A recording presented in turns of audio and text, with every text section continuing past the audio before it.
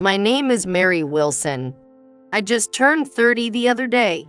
Today, I want to share with you all about the great turnaround in my life. I have an older brother who is 2 years older than me. His name is John. From a young age, he has what you might call a finished look, including sharp facial features. In our neighborhood, there were rumors that he might be scouted by some agency because of his handsome face. He was what you'd call a hunk. He was charming, smart, and quick-witted even as a child. Both our parents and the adults around us adored him. On the other hand, I was the only one in the family who was chubby since kindergarten. Although my face is similar to John's, my chubby outlook is not attractive. It didn't bother me that much, though. I was shy and lacked charm. I wasn't good at talking either, so I never had the chance to be praised as smart like John. As a child, I was aware that the adults around us described us as the complete opposites. Our parents must have heard such comments too. By the time I was in elementary school, it seemed like they had lost interest in me. My grades were lower than John's when he was my age, and I stayed chubby. While John got snacks, I didn't get any. Yet, for some reason, I remained chubby. Really? You're so round and chubby like a ball. My mother would laugh as she said that. As a child, I didn't quite understand what that meant, and I just felt vaguely happy that she was laughing, but looking back, I was just being made fun of. John got new clothes and shoes for his birthday, for scoring a goal in his soccer club, just about any reason. Meanwhile, even though I was a girl, I got nothing but hand-me-downs, even shoes from John. I can't remember how many times I tripped because the shoes didn't fit. The only thing that was mine alone was the backpack my grandparents gave me before they passed away. It was my treasure.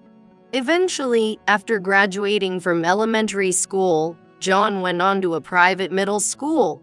He was accepted into a well-known, academically excellent school, and our parents were thrilled. At that time, John was so cute, like a celebrity, and he even received some offers to become a child model. Thanks to this, my parents, especially my mother, would often deliberately walk down busy streets with John. It was as if she was saying, "Hey, look how cute my son is." Meanwhile, I can't recall ever going out with my mother. Maybe when I was a baby, but I have no memory of it since I could remember. Next time, let's take Mary too. John said that once. Thinking back, he must have realized, even as a child, that I was being neglected by our parents. Sure, one day. My mother replied with an obviously reluctant face to his suggestion. I didn't feel happy about John's considerate words. Instead, I just felt a deep sense of misery as a child. A few years later, I became a middle schooler too. Unlike John, I went to a regular public middle school. From the start, it seemed like my parents had no expectations for me and had no intention of letting me take entrance exams. You know we can't spend money on you. My father had declared. I never wanted to go to a private school, but being told this from the start made me feel like my life was being shut down. When I was little, I vaguely thought, is this what it's like to be a sister? I knew nothing about other families. By the time I realized it, the abnormalities of my family had become the norm. During this time, as a teenager, I finally started to wonder, why am I the only one treated differently? But my parents' treatment of me only got harsher. My mother was a stay-at-home mom and should have had the time, yet she frequently made me do the household chores and run errands while she went out with friends. My father, on his part, would scold me whenever I wanted to go out with friends, asking, "Who's going to do the chores?" John always cared for me, helping out and even arguing with our parents on my behalf, but they never listened to him when it came to me. Eventually, after John went on to attend one of the top schools in the county, It seemed he no longer had the capacity to pay attention to home affairs, let alone to me. And that's when I really began to know what hell was like. It started with the missed parent-teacher conference incident. In any other family, a parent missing a parent-teacher conference would be a significant event. But to my parents, it was more like, we're not going, so what? So it wasn't even considered an incident. During my 3 years of middle school, they attended a conference only once, when I was in the first year. They didn't come for the parent-teacher conferences when I was in second grade, nor during the crucial period of third grade when I was deciding on my future educational path. My teacher was worried something was happening at home, but I just brushed it off. I knew my situation wasn't normal, but I wasn't being physically abused by my parents. I didn't know how to describe this ongoing emotional suffering. Talking about it somehow felt embarrassing. It felt like confessing, I'm a child who isn't even cherished by my own parents. And the incidents continued. Next was the left behind incident on New Year's Eve.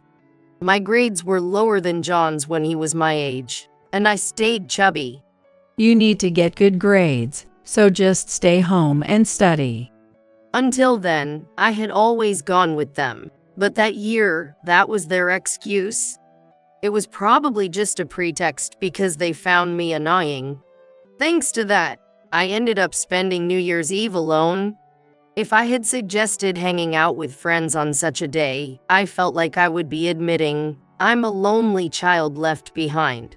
I held on to my painful feelings, watching the annual New Year's Eve countdown show alone, and fell asleep with a few tears. It was the next morning. Ding dong, ding dong. The doorbell rang over and over, and I jumped out of bed. It was too early for my family to return, so I nervously checked who was on the intercom. There stood my maternal uncle and his wife. What's going on? Startled, I dashed to the door with my bed hair and asked, Mary, let's get you out of this house. I've talked it over with your mom, and we'll sort out the paperwork later. Don't worry. What? Uncle, what are you talking about? Seeing my uncle's demeanor, I was shaken. I couldn't understand. What did he mean by leaving the house? Mary, if you don't mind, we'd like you to become our child. We don't have any children of our own, but ever since you were born, we've always thought of you as our daughter. I was blindsided by the conversation. Indeed, my uncle and his wife, who couldn't have children due to an illness, had always cherished me whenever they visited. And I knew they had repeatedly expressed their disapproval of how my parents treated me. While John was always the center of our parents' attention, it was my aunt who played with me when I felt alone, and my uncle who bought me trendy snacks and cute clothes. I have far more fond memories with this aunt and uncle than with my own parents. Your mom and dad were with me until just now. My uncle explained. They're saying they won't let you go to college. They said once you turn 18, they plan to make you work. We can't just ignore this. You have the right to go to school, and you shouldn't have to sacrifice yourself for the family. I wondered if this was what it meant to be stunned into disbelief. I couldn't believe my parents intended to rob me of my future. That's why they hadn't come to any parent-teacher conferences during those few years. My parents weren't interested in me, nor in my dreams or hopes. They had plans for me to work hard like a draft horse. I just collapsed right there, and my aunt and uncle knelt down beside me. We're not your real parents, and you might feel obligated, but we will absolutely make you happy. Tears welled up in my aunt's eyes, and she hugged me as if overwhelmed by emotion. You have the right to be happy, Mary. We should have come for you sooner. If you don't mind, we'd like you to be our daughter. My uncle, with tears in his eyes, looked straight at me and said that, had I ever been so earnestly wanted by an adult in my life? I was just over 10 years old. but it was clear what I should choose. I decided to be adopted by my aunt and uncle. 10 years have passed since then. Since they took me in, my aunt and uncle have given me so much love and fun experiences. My aunt enjoyed picking out clothes for me and took me shopping on holidays, while my uncle, who had always wanted to drink wine with his daughter, prepared a bottle from the year I was born for my 21st birthday. We went on trips together, and my uncle, who was surprisingly childlike, took me to zoos and aquariums even when I was in high school. These are unforgettable memories I never had with my real parents. At first, I called them aunt and uncle, but gradually, I couldn't think of them as anyone but my parents. Now I call them mom and dad. I heard that when my biological parents returned to visit, they drunkenly told my adoptive parents, Mary is hopeless, you know, no charm, and her looks are just so-so, no presence, you know, and not smart either. Honestly, we don't need a dumb daughter. We have our excellent eldest son. My adoptive parents were furious at these words, but my biological parents, unabashed, started saying they wouldn't send me to college, which led to the adoption. Despite it being the middle of New Year's Eve, my sober aunt drove to get me, and I am truly grateful. I want to repay these important parents even a little. I want to be a daughter they can be proud of. So I studied hard in high school. Honestly, there was so much going on when it was time to advance to high school that I couldn't focus. That's why, after advancing to high school, I decided to secure a future that would not embarrass my adoptive parents and set goals. My efforts paid off, and I got into a prestigious national university. But that alone seemed too insignificant to express my gratitude to my adoptive parents, my dear parents. I wanted them to have an easy life in the future. With that determination, I continued to study hard in college, obtained a meteorologist license, and now I'm appearing on TV as a meteorologist. Furthermore, wanting to make my adoptive parents proud, I worked on dieting and exercising, and now I'm known as the beautiful meteorologist. After all, I always had the makings to be beautiful since I resembled John. My adoptive parents used to say, "We're proud of you no matter what," but now I feel I've truly become a daughter they can boast about. There's still so much gratitude I want to give back and express, so I won't spare any effort. Just when I thought that, my biological parents suddenly appeared before me. Mary, you've grown up. What a fine young lady you've become. My parents approached me with tears in their eyes as I was about to get into my car after leaving the TV station. I was so taken aback by the sudden encounter that I couldn't keep up with what was happening. Honestly, it had been so long that I didn't recognize them at first. I saw you on TV and was shocked. John said, "That's Mary. Can't believe you've become such a beauty. And a meteorologist too. That's incredible." My father was patting my shoulder as if to say, "That's my daughter." Really, you're truly our daughter. We're so proud. They really said it. I couldn't hide the disgust on my face as I glared at them. They didn't seem bothered and kept pushing the conversation. Since we've met, why don't we have a meal at the restaurant up ahead? Right.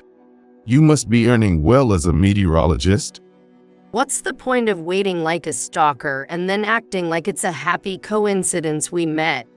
Even after suggesting we have a meal at a restaurant, when they hinted about my salary being high, it just sounded like they were planning to leech off me. Well, I wouldn't let them. I needed to push them away so firmly they'd never want to meet me again. That's when an idea popped into my head. Oh, I could use this tactic. "Mom, Dad, it's nice to see you, but I have another job today, so I can't join you for dinner. Sorry." Of course, there's no other job. Well, there is a reservation I made at a fancy restaurant for my beloved aunt and uncle's anniversary. Oh, that's too bad. My mother nearly clicked her tongue, which I didn't miss. How about I get your contact information? I'm having a small party for my birthday soon, with some people from the TV station. It'll have great food and be quite fancy. I'd love to invite you both.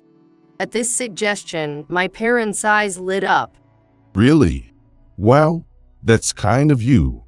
Actors and such will be there since it's a TV station. Huh? Dad, of course, they'll be there. My parents were smiling and excited. No actors were coming. It's a small party for meteorologists. Mostly newspaper and TV station staff would be there. At most, some announcers and hosts might be the most famous people attending. I smiled back at my parents without a word, reflecting their expectations. See you at the party then. With that, I left.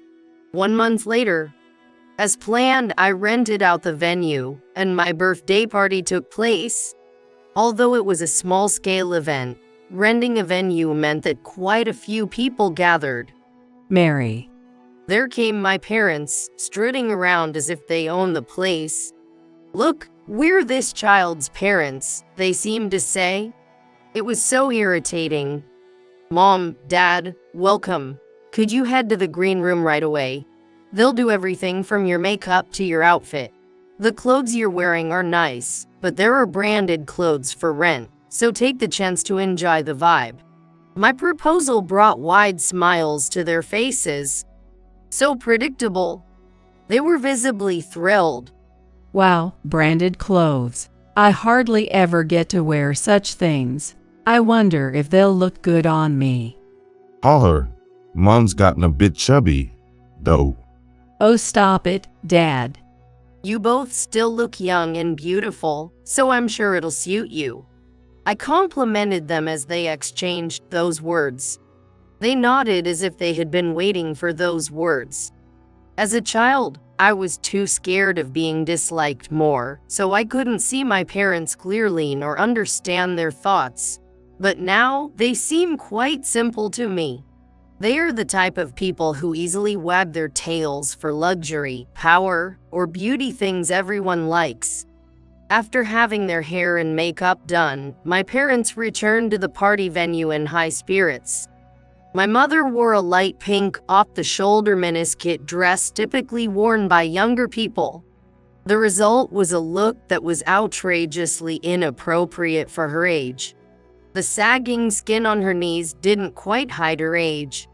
My father chose a flashy tie with yellow and green geometric patterns and a bright red suit. He was the only one at the venue in such flamboyant colors. Even without a dress code, it's unlikely anyone else would choose such a poor combination of attire. The clothes were indeed branded, but they were picked up from a second-hand shop. I had arranged everything myself. Please dress my parents in these. They're memorable clothes from a family party we attended when I was little. By saying that, neither the makeup nor the wardrobe staff questioned anything. Of course, I have no such memories of going to a party with these parents. But a lie can serve a purpose. My parents, believing they were wearing brand name clothes, didn't doubt it. You look great, I repeated casually. It's flashy and a bit embarrassing, but if you say it's okay, then it's fine.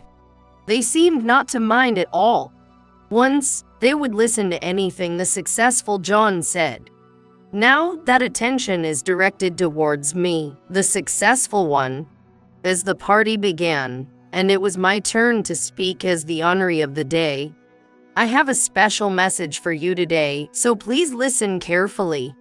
Before I went up to the stage, I held their hands and said this. What? They were surprised, and they looked up happily as I took the stage. Ladies and gentlemen, thank you for gathering here today for my birthday party. I also want to thank everyone who helped plan this event. Too formal. You're not usually like that. At my words, my friends chimed in with their teasing. It's business as usual. I responded, playing along, and then turned towards my parents. My parents are also here today. There they are. I pointed them out as I said that, and the lighting crew cleverly spotlighted them. Those are my shameless parents who, despite abandoning me as a teenager, found out I was on TV and even ambushed me. At my words, the room buzzed with whispers. It's no surprise, as I had rarely shared my past with anyone but close friends. What, Mary? How can you say that? My mother stood up, and my father was stunned. Ever since I was about to start kindergarten, those two always compared me unfavorably to my accomplished older brother and oppressed me. I was the only one who didn't get snacks, and I had to wear my brother's hand-me-downs. Despite this, I loved my parents as a child because parents are everything to a child. But in middle school, they continuously forced me to do household chores and eventually said they wouldn't let me go to college. They didn't even come to the parent-teacher conferences. Then, concerned about me, my aunt and uncle adopted me as their daughter. It's odd to say, but I'm usually very cheerful.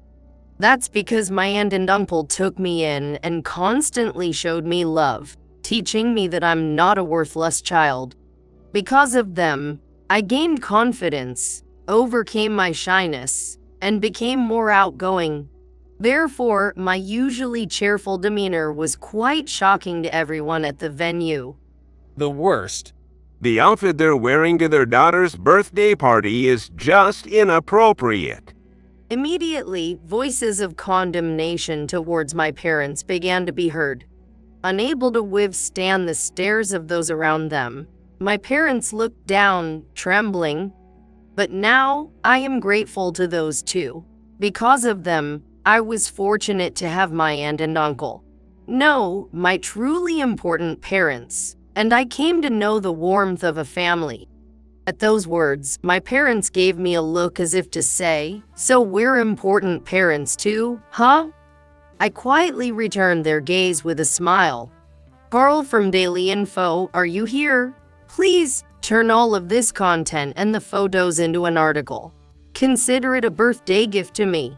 As I called out to an acquaintance from the magazine from the stage, they had already captured photos of my parents. Stop it. Don't take pictures. My parents panicked, desperately trying to hide their faces. Such poor sports. I yelled at them. When I was little, no matter how much I hated something and said stop, you forced me to continue. It's incredibly hypocritical to allow yourselves to do that but say it's not okay when it's done to you. My mother was tearful at my rebuke. I'm sorry. Please don't make it an article. Your mom and dad will be blamed too. You wouldn't want your parents to go through that, right? I was astounded by her plea.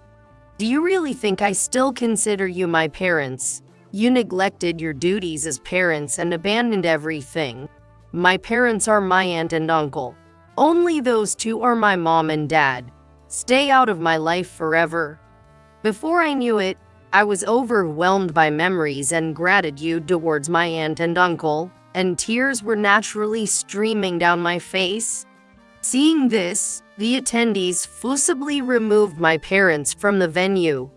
It's over, truly over this time. I have completely severed my ties with those people. As a child, I cut ties under the protection of my aunt and uncle. But this time, I was truly able to distance myself from those people using my own strength. Despite the sense of accomplishment and gratitude towards my aunt and uncle, and pride in how much I've grown, tears welled up. But I felt incredibly refreshed. Are you sure about this? Later, the magazine asked, but I asked them to go ahead and publish my story. It turned out to be quite sensational, covered by various programs, and there were concerns about my image being damaged. But in reality, the articles and news were mostly favorable to me, describing me as the girl who turned her life around. approaching a modern Cinderella, and my reputation only increased. Meanwhile, those two supposed parents moved houses because they were looked down upon by neighbors after my article was published. The rumor spread quickly at my father's workplace, and he was pushed into retirement. My mother had always been a housewife. As they are now both unemployed, they barely managed to live off their savings, or so I heard from John. Yes, even after being adopted, John was the only one who cared about me, visiting the home I shared with my aunt and uncle. Initially, he said he wanted to live together again, but soon he realized, "It's better for you to be in this home, Mary," and was happy that I had made the right choice to be adopted. He even helped me with my studies during my college years. He's truly my dear brother. After I told everything to the magazine, he too decided to have nothing more to do with our biological home, effectively estranging himself. The next time I meet our parents might be at their funeral. He joked, but knowing him, he probably wouldn't even attend that. 5 years have passed since then. I married Carl, the magazine editor who helped me publish that article. We've had children, and now I'm the mother of twin boys and a girl. As their mother, I want to ensure my children grow up without any bias, laughing freely and living joyfully, just as my aunt and uncle showered me with unconditional love. And like John, who has always watched over me from afar, I strive to raise my children to be kind and treat everyone equally. Besides parenting, I still have other responsibilities, namely repaying my aunt and uncle for their kindness. This year, again, for their wedding anniversary, I gifted them a trip, and together with my husband and children, we all went to Alaska. Mary, you have your own family now. You don't need to keep doing this. My aunt and uncle would say that, but repaying them is also a pleasure for me. It's not an obligation, I do it because I enjoy seeing their happy faces. It's like a passion for me. Don't take away my fun. I already planned the next thing to do as I joked around. Maybe next time we'll all stay at a fancy hotel. There's still so much more I want to do with my family.